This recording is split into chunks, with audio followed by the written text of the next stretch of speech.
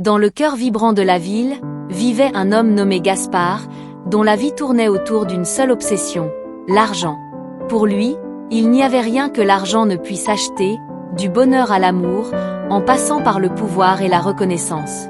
Gaspard était un homme d'affaires prospère, ses richesses s'accumulaient chaque jour. Il possédait des maisons somptueuses, des voitures de luxe et une collection d'objets d'art inestimables. Mais malgré ses immenses richesses, Gaspard se sentait vide et seul. Il n'avait pas d'amis sincères, ses relations étaient superficielles et son cœur était rongé par l'amertume. Un jour, Gaspard décida d'organiser une grande fête pour célébrer son succès. Il invita tout le gratin de la ville, des célébrités aux politiciens, en passant par les entrepreneurs les plus en vue. La fête fut somptueuse, la nourriture était délicieuse, la musique entraînante et l'ambiance électrique. Mais au milieu de cette foule joyeuse, Gaspard se sentait plus seul que jamais. Il regardait autour de lui, et ne voyait que des regards envieux et des sourires hypocrites. Il comprenait que personne n'était là pour lui, mais seulement pour son argent.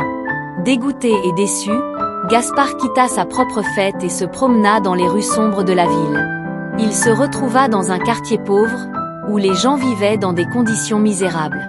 Soudain, il aperçut une petite fille assise sur un trottoir, pieds nus et vêtue de haillons. Elle pleurait silencieusement, serrant contre elle un vieux ours en peluche usée. Gaspard s'approcha d'elle et lui demanda pourquoi elle pleurait. La petite fille lui expliqua que sa mère était malade et qu'elle n'avait pas d'argent pour acheter des médicaments. Gaspard fouilla dans ses poches et sortit une liasse de billets. Il la tendit à la petite fille en lui disant « Prends ça, achète des médicaments pour ta mère et n'aie plus jamais faim. » La petite fille le regarda avec des yeux écarquillés, puis prit l'argent en tremblant. Elle remercia Gaspard et courut vers la pharmacie.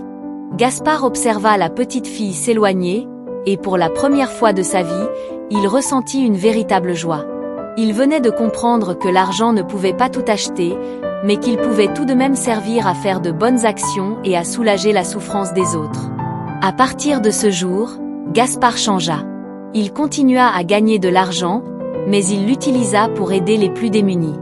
Il fonda une association caritative, offrit des bourses d'études aux enfants défavorisés et finança des projets de développement dans les quartiers pauvres.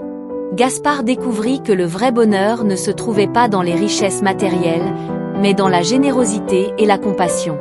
Il avait enfin compris que l'argent peut ouvrir des portes, mais c'est le cœur qui ouvre les chemins du bonheur véritable. L'argent est un outil puissant, mais il ne doit pas devenir le maître de nos vies.